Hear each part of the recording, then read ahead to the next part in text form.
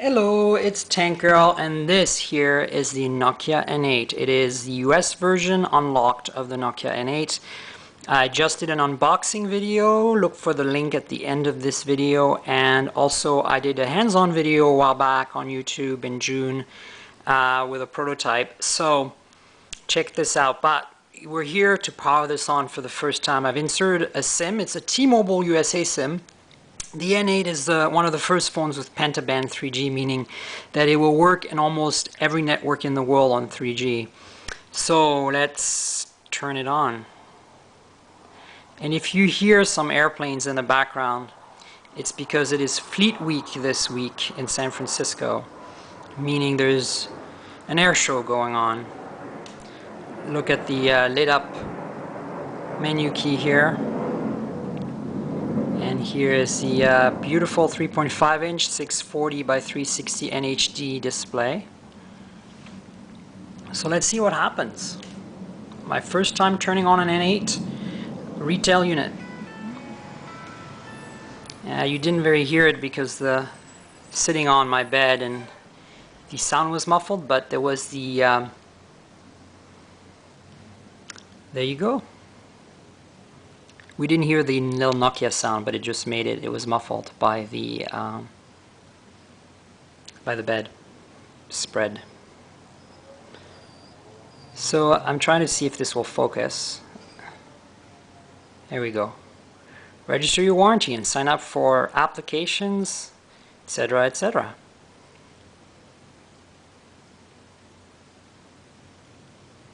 See if it can focus. There you go.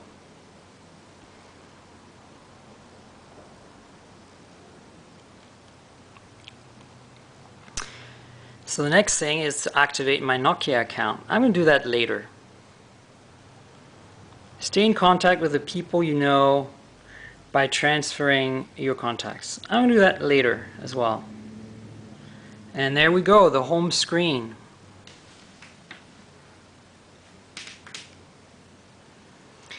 And it's let's see the accelerometer do its thing. There we go. That's pretty quick. So I'm not going to make a great deal of the software on this video. I really just wanted to start this up for the first time and see what it asked. There's a few questions. I didn't want to get into great detail with that. Mostly I want to give you a quick tour of the phone on the outside and maybe compare screens with other devices. I will try to possibly make a video of the web browser. That's one of the areas that I never really did get to check out in my hands-on last time. So I'm not, like I said, focusing too much on software on this video. It's first power on. We've done that, and now I'm going to compare it with you with sizes on different phones. The last video, the unboxing video, I still had the stickers on, so I've removed the stickers. And as you can see, there's a beautiful clock here showing the time. It's a screensaver. It's a very, very beautiful looking screen actually. And if I slide the slide, we're back to the home screen. Slide the slide at top.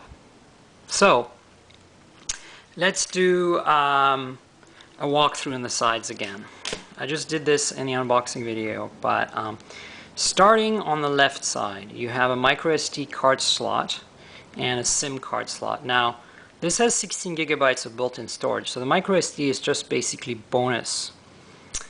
Here's a micro USB port for charging and data, but it also supports USB on the go. And there's an adapter in the box. If you see my unboxing video, you'll notice that allows you to plug flash drives and hard drives into this connector. Standard flash drives, and this can act as a USB host and read and write to them. So this is a very unique and cool feature. On the bottom here, you have a standard Nokia charging port. So if you have an old charger or a car charger that's not micro USB, you can still use it with this phone. And then here you have the camera shutter key. It's a double detent key, meaning that if you press first it focuses and you press more it takes the shot. So this is basically the same as on a point and shoot camera. You see the screw here is paired with that screw there, and if you remove these two screws you can get to the battery inside. So it's not like the best, quickest way of replacing the battery, but it actually lets you change the battery in case you absolutely have to. This is the slide that I keep sliding to turn on the phone and lock it, and unlock it. And here are the volume rockers keys and also the zoom for the camera. On top here you have the power button, a flap with the HDMI port behind it, and the headphone jack, headset jack. Now on the front you have the Nokia logo, VGA front-facing camera, and a sensor for light and for detecting your face. Of course the N8 logo here and the clock. And at the bottom you have the Nokia Symbian menu key and the microphone here.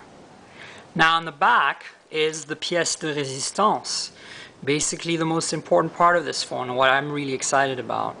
The 12 megapixel Carl Zeiss optic autofocus camera with a real, both an LED for focus and a real xenon flash.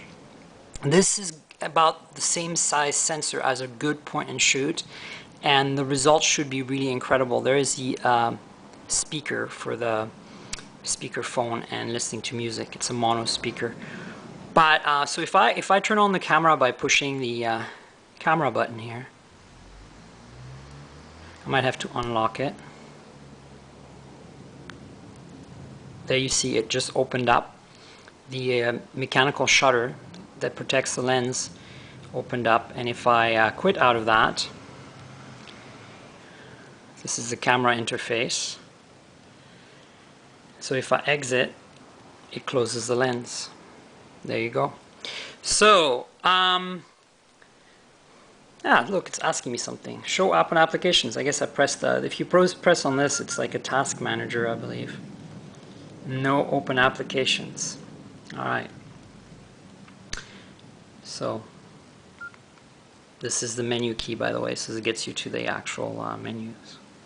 The touchscreen is very responsive, and this really feels like it's like made like, built like a tank. It's not too heavy, but it's really dense and well made. And this is all aluminum. This is all machined aluminum, even the Nokia N series logo. This whole thing is one piece of aluminum with a capacitive glass screen and these plastic end caps, top and bottom. And here goes another airplane. So, what I want to do is do size comparisons with other phones now that this is covered in fingerprints. It'll be great. The last Nokia phone that I played with extensively, in fact, many of the pictures I took for my blog were taken with this phone, the Nokia X6, which was the first capacitive screen Nokia phone. Like this is running Symbian S60 version 5, this is running Symbian 3. 3.2-inch capacitive screen, I think it's 3.2. The difference is, you can see here, let me lock the screens. The X6 is a little thicker than the N8, other than the protrusion here for the camera. But it's narrower, right, definitely. And here's the back of it. You can see the cameras. This is a 5 megapixel autofocus Carl Zeiss camera with dual LED flash. And you know, this was a pretty decent phone for the time I had it as far as camera goes. Not my favorite for operating system, and I really hope that Symbian 3 improves on S60 version 5 in the ways that, you know, Nokia is claiming. So this is going to be something I need to test. The next phone I wanted to do a comparison with is obviously the iPhone 4. So let's unlock the screen so you can have a look. I think, yeah, this is good. My passcode isn't required. So this is 3.5-inch 960 by 480 Retina display versus the 640 by 360 HD NHD display. So there you go, iPhone 4, and here's the back. You can see the 5 megapixel autofocus camera with an LED flash. Look at the difference in the size of the optics here, night and day. And then thickness. Well, the iPhone's going to be a winner here, but not by much. The N8 is relatively thin, definitely thinner than any Nokia phone I've ever used. A high-end one, anyway. The next candidate is the G2 from HTC. This is also known as the Desire Z in Europe. It's a Android phone with a slide-out keyboard. And so let's compare screens. This is a 3.7-inch Super LCD display. and this is 800 by 480 pixels. So this is what it looks like. In the back here, the difference is a 5 megapixel autofocus camera with single LED flash. And as you can see, the footprint is a little bigger on the G2, but not much. And then the thickness, of course, the G2 is thicker since it has a keyboard slide. And now the next one is going to be the Samsung Galaxy S. This is actually the T-Mobile version for the US. It's called the Vibrant. And it has a 4-inch Super AMOLED display.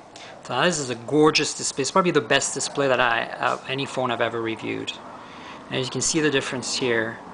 Let's just hide the display so you can get a feel for what the phone sizes are. This is quite a bit bigger, but it's light. And in the back here, 5 megapixel autofocus camera, no flash. And thickness, clearly the Galaxy S is thinner, but not by much. There's a little bump at the bottom here. Then I got two more for you. I've got the Droid X here from Motorola. Now this is also an Android phone. It has a 4.3-inch Super LCD display. Not Super LCD, sorry, TFT LCD display. It's a very good display actually. And you can see the size difference is really quite massive here. But then again, the Droid X is a very big phone. I can barely reach the top corner with my hand when I'm using it. So in the back, the differences are there. You have 8 megapixel autofocus camera with mechanical shutter as well, and dual LED flash. But again, you notice the difference in size here quite a bit.